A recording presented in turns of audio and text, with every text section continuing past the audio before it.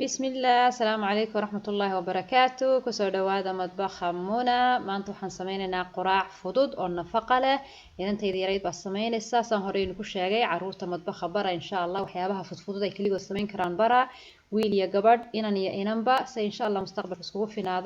النادان أو independent أو نقدان مركزي إذا ريت بسمين السا قراع فضود أو ليراه بروكلي with omelette and cheese بروكلي أصحابته إنستغرام أيام ويديي ولي قيسو جوابي وان وايي marka insha Allah waxaan rajeynayaa idinku inay sheegtiin broccoli waxa lagu yiraahdaa af Soomaali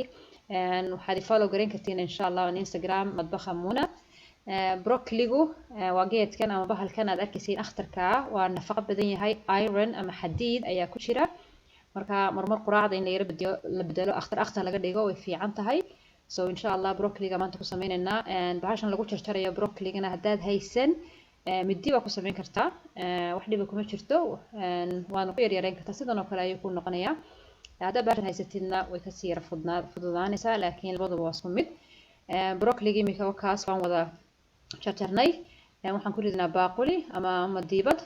kadibna waxaan ku daraynaa beed ama ukun 4 midh ah in yaroo milix ah cusbo iyo in yaroo filfil aswad ah pepper ah labada kaliya ma ku daray wax kale kuma darayo insha Allah waana fudayd waqti badan kaama qaadanayso haddaad doonaysid broccoliga waad u sii jarjari kartaa caruurta oo talaagada u sii gelin kartaa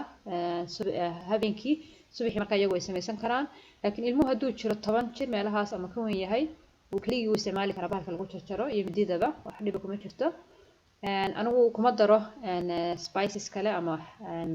xawaashyo kale kuma daro aan ahayn salt and pepper وما باهنو بيتكو سيدي سوسك معين هاي بروكلي دنيرو معان بو ياليا نفقة له أخضر يربو ياليا سو لبدا كليا أيام كدرة مقلها أياد سليد ير كوشو بيسا ير أن آد بدني الصبح حتى وصل منك تهدى دوني سيدي ير دنيرو دنانو معان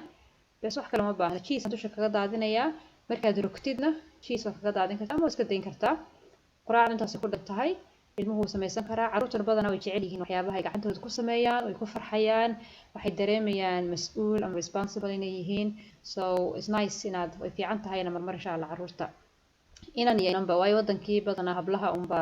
madbaxa galaa laakiin inaynan insha Allah inay isku dayaan insha Allah mustaqbalka fiidiyoyad oo arki doonteen caruuraha oo wax isku diday doon insha Allah so thanks for watching and insha Allah see you next time assalamu alaykum wa rahmatullahi wa barakatuh